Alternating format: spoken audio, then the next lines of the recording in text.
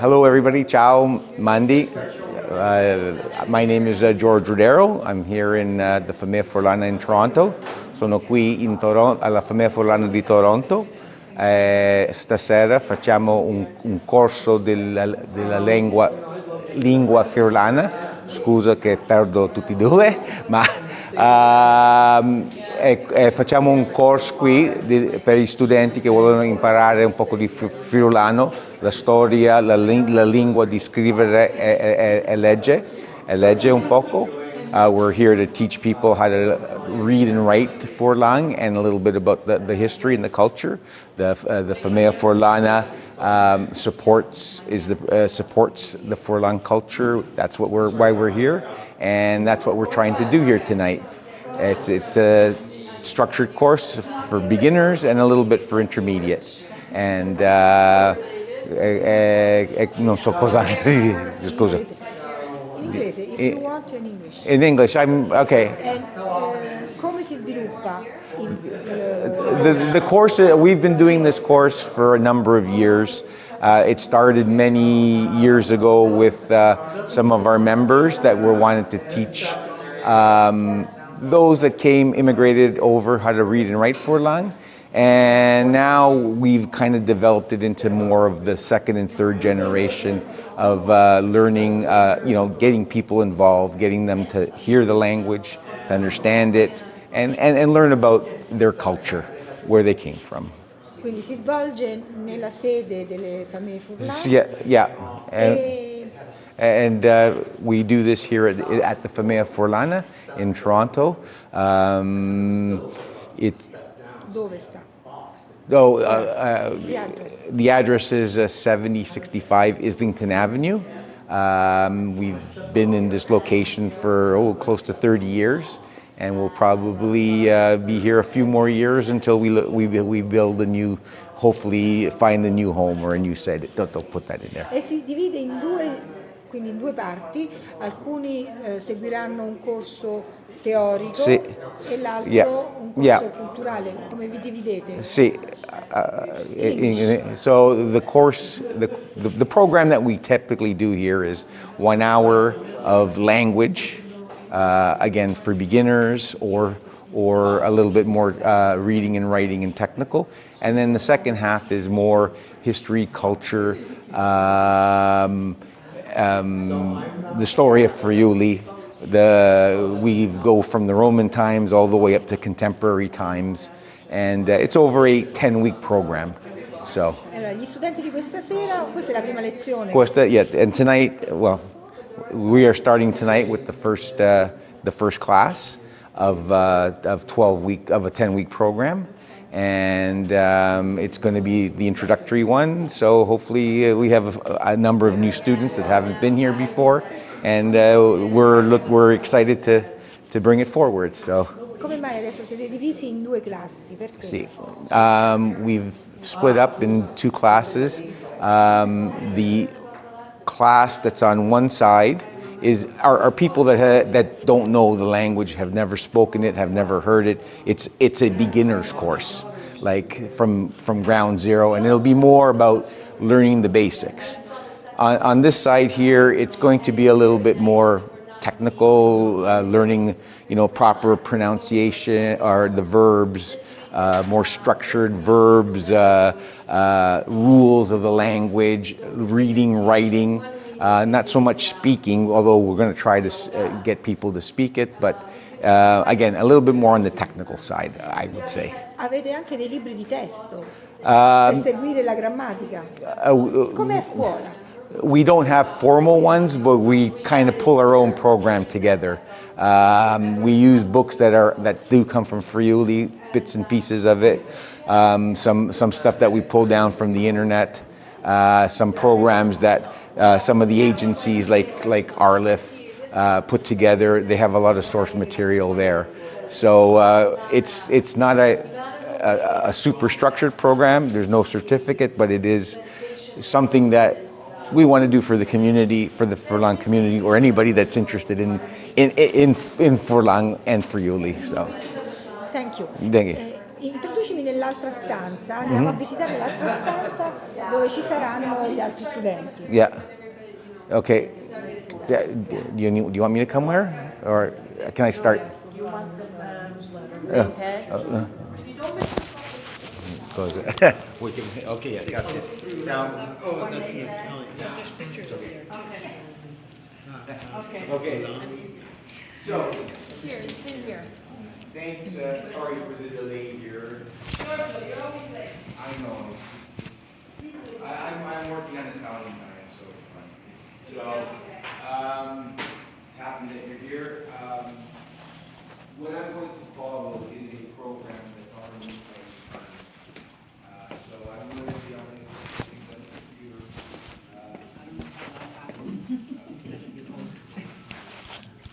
My dad and my sister is also here. Well, she's just not here today, but she signed up. Deirdre and our dad, he's Visita. And our mom is from Belgrade. Where is that located? Oh, okay. So close, like close to house. Oh, okay. And I miss not hearing Furlan.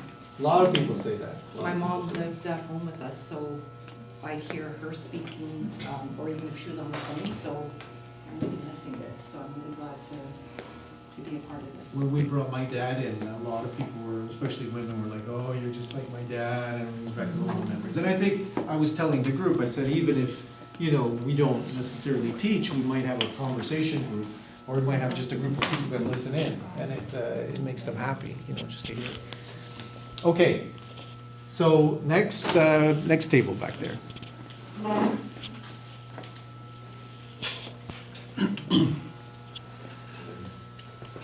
Sorry. My name is Angie, with two E's, I know it's spelled differently. My dad's from Malvaison, Yeah. and my mother's from San Vidot, which is Vidoto, which is Cadroipo. Oh, really? Okay. And Un di là Bavajon? de laghe, un di qua de laghe. No. Okay, so Bavajon is in Pordenone, right? Yeah. Okay, great.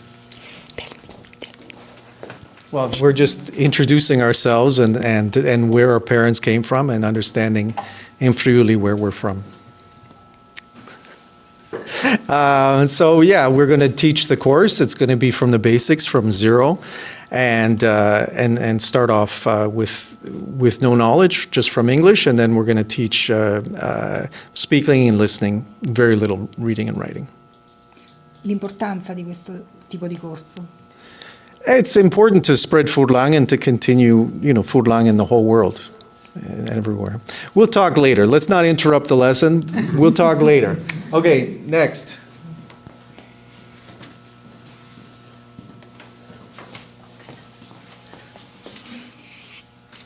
Okay, my name is Neva, and my mother is from Rauchedo.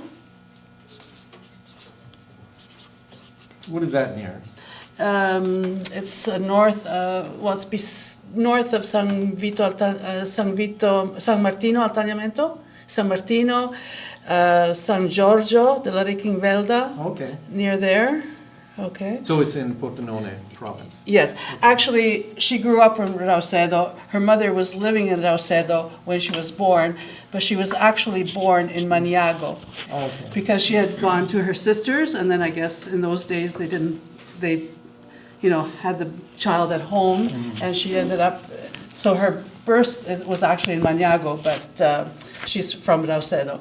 And my father is actually from the Veneto region, and he was born in Susegana.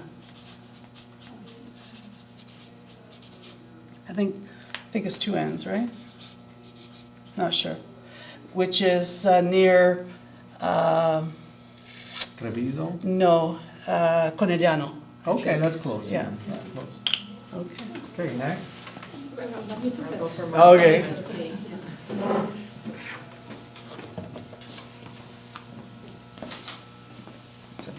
My mom's Giovanna,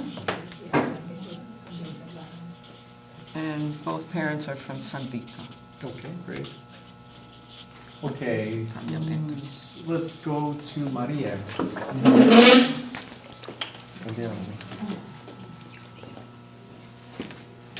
Hi,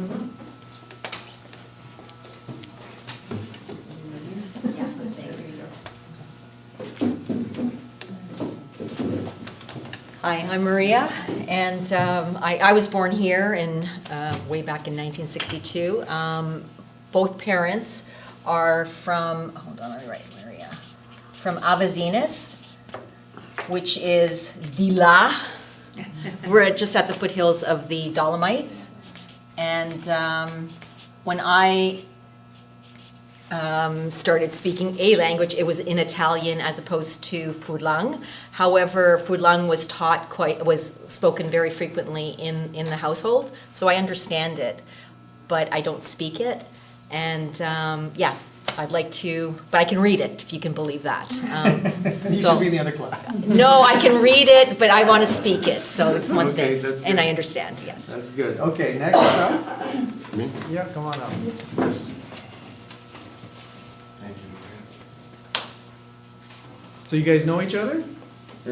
I'm Michael. Yeah, we're paisans. Both my really? parents are from Avazinis. Oh, that's a coincidence.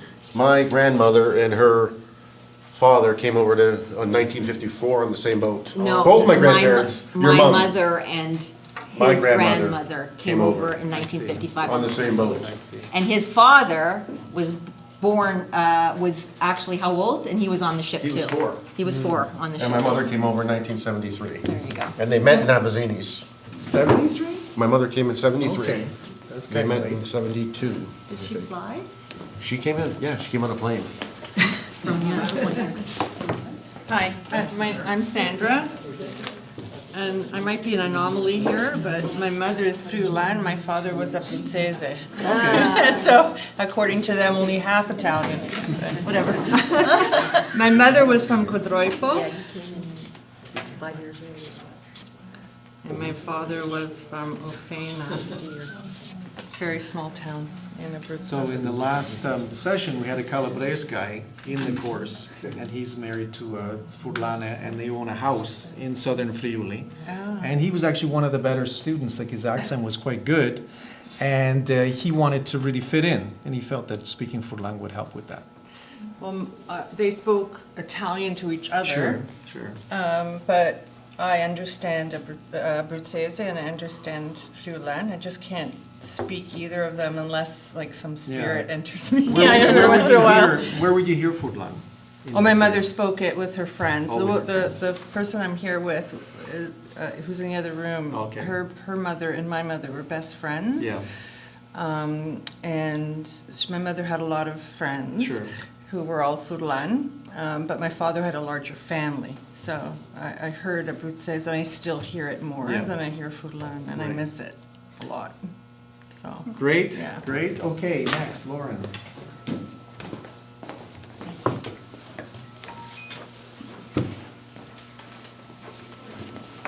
I forgot the O at the end of Codroipo. My name's Loren, and my father was born in Valbazone, and my mother originally was born in East Germany.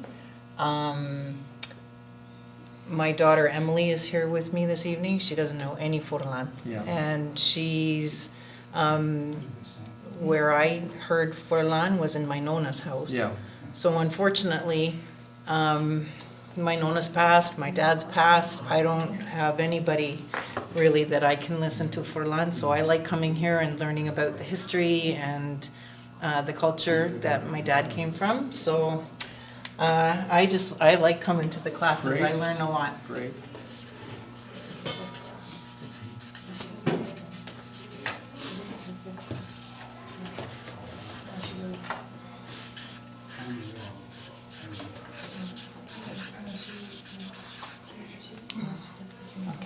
You don't need me to write Pordenona, do you? No, it's okay. Okay. Emily, come on up. Please, guys, don't talk during the class. It's distracting. You never called her out when she was talking. Well, I'm just saying. No, she was just telling me about her. Okay. Yeah. You guys can do that after. Yeah, Let's keep the focus on one person. Come on up, Emily. you got it. I'm not sure what to write, but Well, you could write down your information, maybe where your grandparents are from, maybe. my nono is from Valbazone, My dad's from Southampton and my mother's from Toronto. Okay, write it down. Okay. Write it down. She's better with this kind of stuff. She does all she did the whole genealogy. She's really good.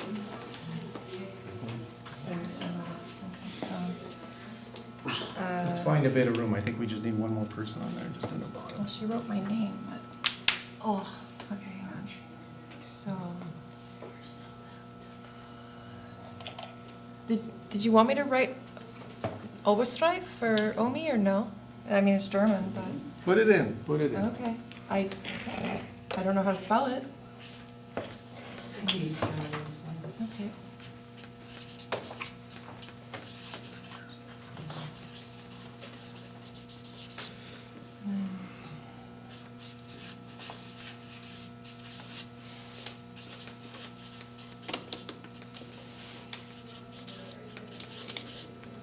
Okay, thanks. So, Luigi. Well, I feel really, looking at all that stuff there, I don't know where I am. Why? Some Calabrese. You're the second one. You're the second one. I have no clue. That's fine. Come on in. Come on in. Write your name. Oh, boy. Your paisan was here last term. Oops.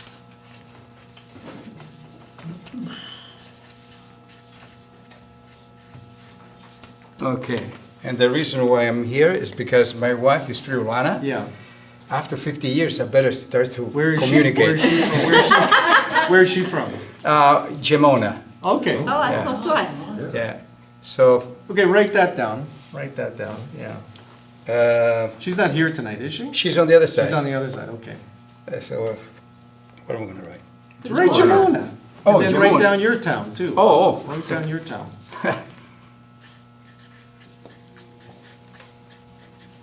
Okay, so now that we got that done, we're just gonna talk about, like, from a language point of view. There's a couple of types of people that are gonna be here. One type of person doesn't speak Italian, only speaks English, okay? So, there's gonna be a certain difficulty getting into a romance or a Latin language where you have, you know, masculine and feminine and everything. That's a tough thing, okay? On the flip side, watch out, Luigi's coming through. Oh, come on through, come on through. On the flip side, thanks, you can just put it there.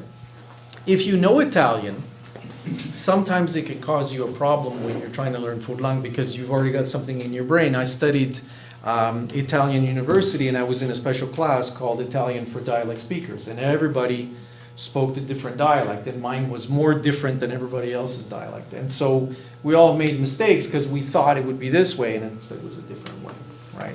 So just tell me if you know either Italian or French. I know a bit of French. Yeah, just a little bit, okay? Yeah, actually, I could get by if I'm in France or Quebec, Okay. I can get by. And I know less Italian, Okay, and I just know a few swear words and okay. Sergio? Well, I know a little bit of Italian, but primarily I used to always speak Furlan. Oh, really? Okay. Yeah. So when did you stop? Pardon? When did you stop speaking Furlan, or did you stop? When you get it, you know, when you get at home there, after a while, you tend to want to lose a little bit of it. And then as the years went by, I kind of lost quite a bit of it, so to speak. But generally speaking, as soon as we came over from the old country, I mean, we always spoke Furlan. So maybe to 10 years old or 15? Well, yeah, we were here around even younger than 10. Oh, okay. Yeah. But mom didn't speak Furlan. No. She's Yeah. Shushare. She's not, Yeah, but she spoke Furlan. no, she spoke Italian. Yeah, She's still alive, isn't it? but she still would speak with some Furlan over there. Okay. Yeah, so that's the way it usually worked there. But at home, we always spoke English too. That was another thing. For Yeah, some that's reason, the way that it was how we were raised. Yeah, that got put in the second box, so to speak. So just so you know, Generally my wife is Japanese and my daughter speaks almost perfect Japanese, but zero Furlan and zero Italian. And the reason that occurred, I was lightly pushing for it, and my daughter said, "How come you didn't push harder?" And I said, "Well, you didn't really want to do it." But to be honest, my parents could speak English, but the grandparents in Japan couldn't speak English, so we thought it was important to be able to speak to your grandparents. So she's in Japan right now, actually, on vacation for 3 weeks. And then hopefully, I took her to Friuli last year and she liked it a lot. And I said, you should either learn Furlan or Italian so you can mingle with these people. So, plus, I'll tell you this, when you know a Romance language, you can learn another one much easier. So I studied Japanese and I spent a lot of time and made almost no progress whatsoever. I know 100 words in Japanese. I went to Spanish. I took 10 nights of 2 hours each. I made way more progress in Spanish than I did in Japanese. And that's the thing about Furlan, is Furlan can take you to French, it can take you to Italian, it can take you to Spanish. Portuguese is really pushing it, you know. If anybody's been exposed to Portuguese, it's like hard, you know, compared to Spanish and French are quite close cousins to Furlan. And actually, Furlan, I'm going to talk about this in a few minutes, is not part of the Italian language group. It's part of the French language group. And I'll explain why that is. So, do you know French or Italian at all? Yeah, both. Both? Well? Yeah, I majored in university. Great. Okay, Paula? I took some French, so I know a little bit of French. I understand Italian and I can speak Italian okay. It might not be grammatically correct, but I can get by for sure. Okay, but I mean, the main thing what we're trying to get at is like A, masculine and feminine, and B, kind of like conjugations. If you're familiar with those topics, then at least you can understand what we're talking about. If you come from an Asian language, it's going to be so much harder to figure that out. I pretty much the same experience as you. I spoke only Furlan up until when I went to kindergarten. I only spoke Furlan. Yeah. And then I totally lost it, and then my mother wanted to learn English, so my grandparents, Nonna, they spoke Furlan, but we all spoke English. Yeah. I've studied French in school. I did the Italian for dialect speakers. Oh, really? Where were you? At York. Okay. Yeah. So I did that. So I understand Italian pretty well. So. Okay. Same here. I was born here 9 months after my mother landed in Canada, and all I spoke until I was started kindergarten was the dialect, but it was a mixture. I think my mother is Furlana, but my father has the Veneto dialect. So I think she picked up the Veneto more than kept her Furlan. But when friends came over, they spoke the Furlan, and it was always spoken. So again, I started school. I didn't know English, but so I understand it, but I don't feel comfortable always speaking it because I think that I'm making a mistake. So speaking what? Furlan. Oh, okay. Yes. But Don't I speak be afraid Italian. to make mistakes. Yes. I'll tell you a story. My wife was in London studying English, and this was back 30 years ago. And she said in the class there was Japanese students, Spanish, Italians, Germans, everybody was in the class. And she said all the Japanese knew all the answers to the questions, but they never opened their mouths. Whereas the Spanish Italians made all kinds of mistakes, but they were just talking and talking because they love to talk. But guess who makes progress during that, okay? So don't be afraid to make a mistake. You know, what we're trying to do here is by the end of this course, we want to be better than we are right now, and we want to be in a place where if we go to Italy, we can actually have a conversation or at least understand what people are saying, you know, and just kind of be more into it, you know. And people, when I was in Japan, if you would say like 2 words in Japanese, people are like, oh my God, they'd be so happy, right? And if you say 2 words in Friuli and they know that you didn't know it before, they'll make a big deal out of it. They're just happy that you made the effort, right? So don't be self-conscious about it. Okay, next. It's okay. My mother tongue is Italian. I speak Furlan when my husband was alive, but with my children, I spoke Italian. Right. Yeah, English, you know, is ESL, English second language, and so I grew up. I can hear, you know, not when I was young, you know, so that's all. Okay, thank you. Maria? So I only spoke Italian up until when I went to kindergarten, and then it was English, and I studied French, and I was actually pretty good. I studied up to first year university. Then I lost my Italian and. Really? What do you mean you lost No, it? How can you lose your Italian? at I that lost point? my Italian because I never spoke it in high school, in university. I was married to a Scottish guy. I was just English. Yeah. And I just want to reiterate on your story about not being ashamed of, not speaking. So then I realized I got to get back to my roots. So with Italian itself, I started 20 odd years ago thinking, oh my God, I got to speak Italian again because I have a lot of family over there. I want to communicate. That's my roots. And I was ashamed because I used to be fluent. And that held me back until one day, and it was funny because I took this course in Florence. I'll make this short.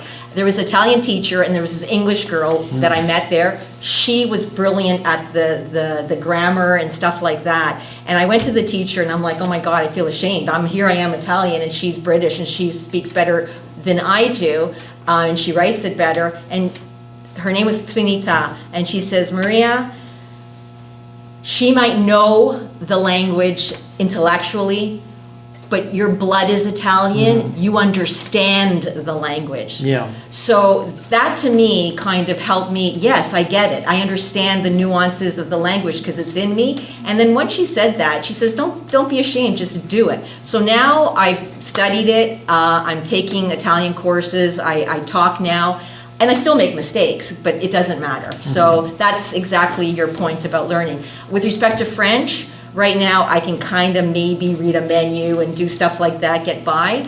And Furlan, I can understand it. And I can read it, actually, but understand it, but not speak it very well. Okay, great. Michael? So the question is, do you speak Italian or French? I think my Italian's passable. Okay. French is last taken it was in grade 9. Oh, okay. I spoke way better Italian and probably spoke Furlan when I was younger, when I would spend my summers and live with my grandparents, but not speaking it, you lose it. And my grandparents have all been passed for many years, so just want to relearn it. Okay, great. Sandra? I can speak Italian and pass. Because, as I said before, both my parents spoke Italian to one another, and my grandparents didn't speak English, and I was the eldest grandchild, and so of all the grandchildren, I'm the only one who speaks Italian. And I understand Furlan pretty well, but I don't speak it. Yeah. Okay. I learned French in high school. Yeah. My Italian is Weak? weak. Okay. I do understand the masculine, the feminine, Yeah. and, conjugation of verbs and stuff, so I've got that. I studied, German in high school as well, so I understand like I said, the masculine and the feminine. But nobody to practice with, so. Okay, Emily? I took French through high school. I did a little bit of other language study on the side, just for fun. What languages? All of them. It doesn't exist, all of them. So my mom Korean? did, well, I got up to the Korean alphabet, but I did take night school for Japanese. Oh, yeah. I was doing sign language. I was doing Russian. My friends at high school were teaching me Tagalog and Bisaya Oh, for yeah. Filipino. I already said Russian. Right now I'm doing casually Spanish. Oh, yeah. But I've kind of not kept up with a lot of stuff. I don't know any So Italian. which one did you make the most progress with, of those you mentioned? Spanish. I went to Peru. So I Okay, so did, your Spanish is pretty good? Spanish is pretty good. So I know masculine, feminine, but Omi said give up on German, you're not good at German. And with Italian, I only learned some vocabulary since my nono had a farm, so I just know the animals. That's Okay, about well, it. there is a lot of overlap with Spanish and Furlan.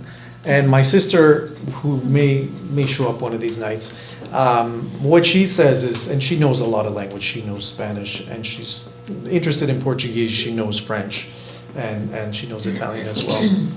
When you have all those Romance languages, they usually agree on the same word, they agree, like 3 of them will agree and 1 will be out, right? It's usually Portuguese, because the 3 of them derive from Germanic Latin, right? So they usually have the same derivative.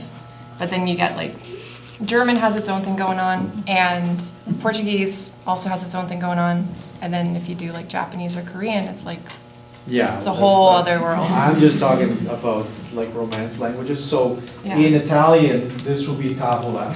In Furlan, it's tavola. In French, it would be table. And in Spanish, it's mesa, right? So which is like totally out there. I don't know what it is in Portuguese, if anybody knows. But most of the words will be like that you'll have the majority will be kind of around one thing, and then the other one will be totally out of thing. Okay, so Luigi. Well, Italian. Yeah. Yeah, for sure. And when I was in Italy, I studied French, through school there. So you came here at what age? 16. Okay, okay. And so you speak Calabrese as well as Italian? Yeah, Calabrese, yeah. Okay, okay, good. So yeah, I mean, as I said, we had a Calabrese student in our last class and did very well, especially with the accent. He had a pretty good accent, and he was really enthusiastic about it. He wasn't reluctant about it, and I think that's important. So let's just talk about what is Furlan and where does it come from in comparison with other languages. So the first thing is Furlan is actually a recognized language. It's not actually a dialect of Italian. So if you think about, I'm going to talk about the history of the Roman Empire. And what happened was in Friuli, we had a tribe of people called the Celts. And the Celts were also located in Ireland, in France, in Spain, all over the place. But it was very much of a tribal society. They weren't as united as the Romans were militarily. So when the Romans expanded their empire, they knocked out these Celts. And so they had the Celts, and then overlapping that was the Romans, and the Romans brought Latin with them. And to be honest, it killed off all of the Celtic words, and a lot of, I would say in most of Europe, whatever was the language before has disappeared, and then Latin and its descendants have come out of it. So what happened was, during those times, the Romans used to move their soldiers around, and they used to take soldiers, young men from, let's say, Spain, and put them in Turkey. And then people from Turkey, and they'd move them to Spain. And the reason they did that is because they wanted to put down any kind of insurrection. If they had, like, the Spanish people uprising against the Romans, these guys from outside are going to put them down. Whereas if they had Spanish soldiers against the Spanish civilians, they might switch sides. So that's why they always used to mix people around. In southern Italy, you had certain slaves coming around. Even in northern Italy, we had slaves from the barbarians who would get captured, and then they bring them around. And so there's this huge mix of people coming around. So in Friuli, you had let's say the soldiers didn't speak good Latin, and then the natives didn't speak good Latin either. 500 AD, the Roman Empire breaks up. And for 500 years, everybody in Spain, France, Italy, and let's say Portugal, believe that they're speaking Latin. But really, after 500 years, they've all drifted in different directions. They don't speak Latin anymore. They can't understand each other anymore because they've drifted in their own special ways. So, if we look specifically at, let's say, Italy, you have Calabrese, Pugliese, Sicilian, Sardinian, Veneto, Tuscan, and let's say Furlan. These are all the children of Latin. They're not the children of Italian. Tuscan is Italian, and it became the language of Italy because of the literary history, because of Petrarca and Boccaccio and great writers. It became the language of Italy, but that was only about 150 years ago, right? And so it's been very splintered up till now. And in other countries, it's been exactly the same thing. If you go to Spain, there's Catalan, there's various Galician, there's various languages, which again are descended from Latin. And you had Spanish, which was coming out of Madrid. They won militarily, and they said, we're going to speak our language. In France, you had Parisian French, but there's other variations that are there. So just understand like the whole ecosystem of like Latin-based languages and where they come from, okay? So I got a philosophical difference from George, who's teaching in the other class, and my difference is I'm going to teach you my Furlan, which is coming out of the Santanel area. It's very respected, very much of a central, way of speaking. if you have a way of speaking in your town, I'm gonna respect that, and I'm gonna leave you alone. I'm not gonna try and change you into a standard, right? I'm gonna teach you what I know, and we're gonna go with what's written, but if you say, like, I say kiaf, you might say chaff, right? If that's what they